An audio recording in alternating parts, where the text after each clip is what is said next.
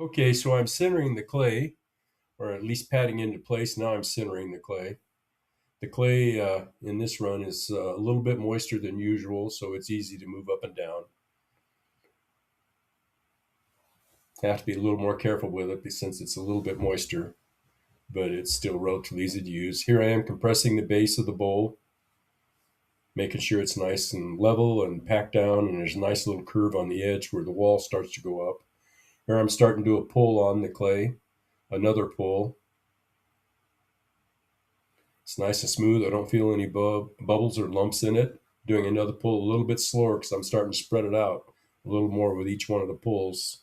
As you can see on the right side, the piece starts out at the bottom a lot smaller than it is at the top when it's completed. So I have to leave a little bit thicker edge at the top there for the spread as it opens up towards the final part of the throwing.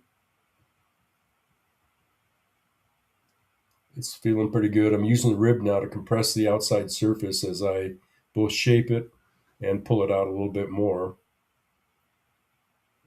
This piece will be, when it's finished with the throwing, it will be allowed to go to leather hard, and then it'll be stained, and then it'll be carved, relief carved, and then after that it will be bisque fired, and then after that it'll have a semi-transparent glaze on it, and the stain that's on it that's relief carved will be a black surface with a semi-transparent glaze on it when it's finally fired at cone 6 for the second firing. And I'll be able to see the pattern beneath the semi-transparent glaze. So the piece is taking shape now, and I'm just working a little bit, giving it a little bit of a smoother curve on the outside body of the bowl. So the rib is doing most of the work here. The sponge on the inside just kind of helps me map out the area I'm at, and the curve with the rib on the outside is kind of what helps me shape the slow curve on the exterior.